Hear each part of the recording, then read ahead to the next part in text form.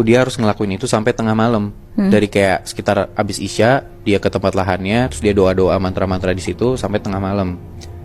Setelah tengah malam, Pak Bowo bawa pulang tuh kambingnya, kambing 3 ekor itu ke rumahnya. Dan dia harus sembelih si kambing itu 3-3-nya di dalam rumahnya. Nah terus darah pertama yang ngalir dari kambing yang disembelih sama Pak Bowo itu harus ditampung, disimpan. Terus darah yang lain yang sisanya itu dibalurin ke seluruh badan anak-anaknya kecuali bagian kepala. Aduh. Jadi si anak-anaknya ini ya dibalurin darah kambing dari leher sampai ke bawah. Udah tuh, abis itu jantung kambingnya ini 3-3-nya itu harus ditanam di sarang ular yang dibakar. Dan itu harus didiemin sampai subuh. Jadi anak-anak ini pun sampai subuh nggak boleh mandi, nggak boleh bilas. Berlumuran darah gitu? Berlumuran darah kambing bahkan. Amis banget kan. Dan setelah udah lewat subuh baru tuh anak-anaknya boleh dimandiin. Dan dimandiinnya pun harus pakai air kembang. Itu bener-bener dilakuin sama Pak Bowo, dibantu sama istrinya berdua doang buat mandiin anak-anaknya ini. Nah anehnya Nat, Muy, kulit-kulit keras si anak-anaknya ini langsung pada rontok, bener-bener rontok, lepas semua. Dan anak-anaknya di pagi hari udah langsung bisa beraktivitas, bisa jalan kayak orang normal biasa. Gokil banget kan?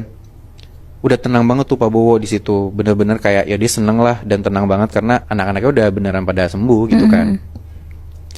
Tapi ternyata nggak sampai situ Nat, Muy, belum selesai masalahnya. Ternyata keadaan anak-anak yang normal ini cuma bertahan 35 hari. Jadi sesajen dan ritualnya itu yang kemarin dijalanin sama si Pak Bowo, itu tuh dijalanin di Selasa Kliwon. Nah, Selasa Kliwon berikutnya itu muncul 35 hari setelahnya dalam kalender Jawa. Dan ternyata di 35 hari setelahnya, di Selasa malam Kliwon itu, di malam itu tuh keadaannya Pak Bowo nggak mikir apa-apa, kayak ya udah tenang aja gitu kan. Dia lagi duduk-duduk tuh malam-malam di depan rumahnya dia sambil dengerin radio jam 8-an abis isya. Sendirian tuh, anak-anak udah pada tidur, istrinya juga di dalam. Tiba-tiba di malam kayak gitu, dari radionya Pak Bowo tuh kayak kedenger kresek-kresek gitu. Terus nggak lama, Pak Bowo ini nyium bau kambing nyengat banget. Aduh. Padahal jarak antar rumah tetangga tuh jauh banget. Ya mungkin dia mikir ini mungkin tetangga gua gitu punya kambing, tapi ya jauh banget. Sebenarnya kayak jaraknya 50 meteran lebih lah antara rumah dia sama tetangganya.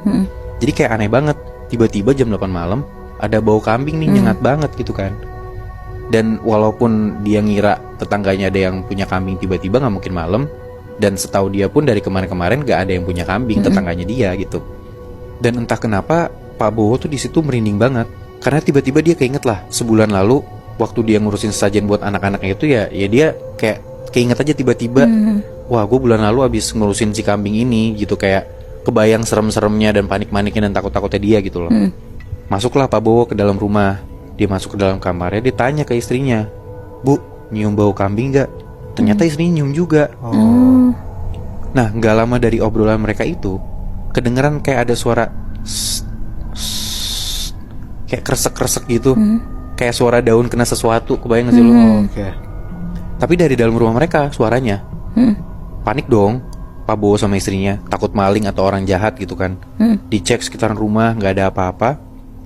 Pas sampai Pak Bowo di depan kamar anak yang cewek, si anak tengahnya itu, Pak Bowo ngedenger ada suara kambing dari dalam kamar anak yang cewek. Dibuka pintunya, gak ada apa-apa, anak yang cewek itu tidur aja. Cobalah dicek ke kamar anak yang cowok, dua-duanya sekamar tuh.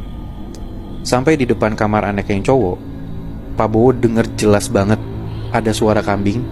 Tapi suara kambingnya tuh kayak lagi disembelih. Oh, yang kayak Jadi sekarat kayak, gitu. jadi kayak embe, tapi maksudnya kayak ketahan gitu suaranya. Dan Pak Bowo kebayang lagi dong, pas dia lagi nyembelih kambing itu kan kayak adalah rasa-rasa takutnya gitu. Wah merinding banget tuh Pak Bowo di situ. Dibukalah kamar anaknya kan, yang cowok. Tapi untungnya nggak ada apa-apa, aman aja tuh anaknya, dua-duanya tidur.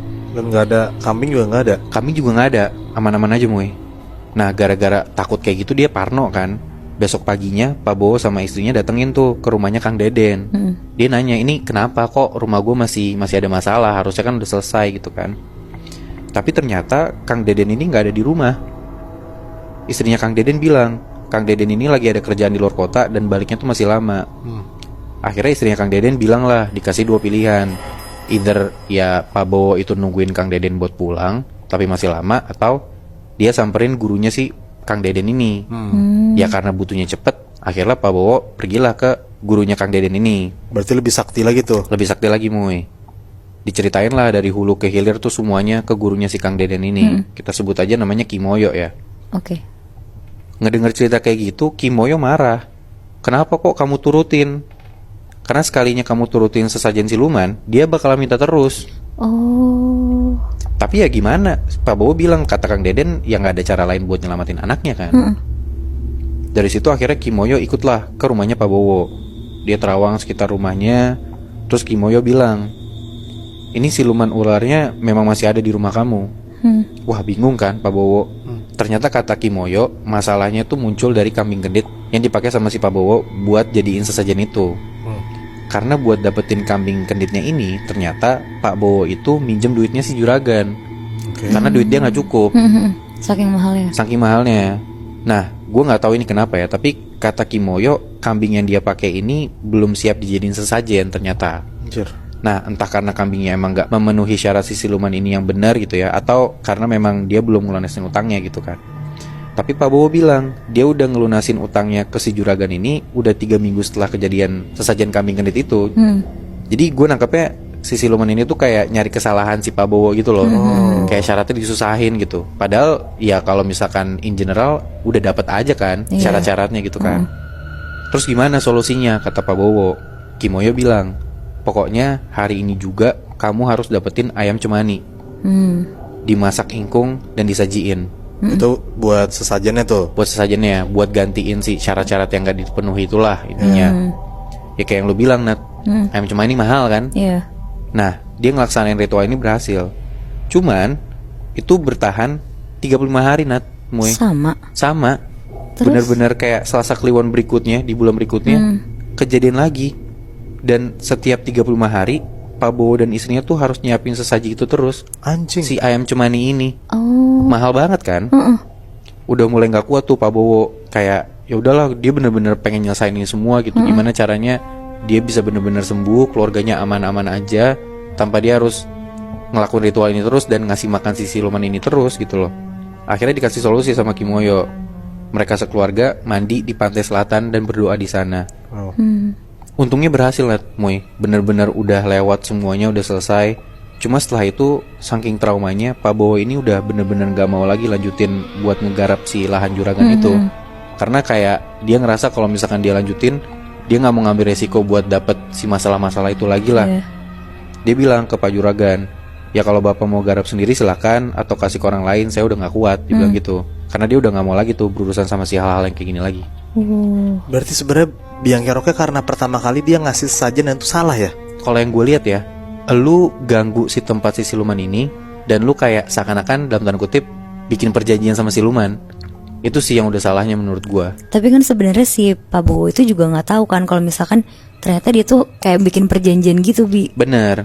Walaupun di awalnya juga dia sebenarnya bunuh ular juga nggak tahu ularnya ternyata makhluk halus atau siluman gitu kan.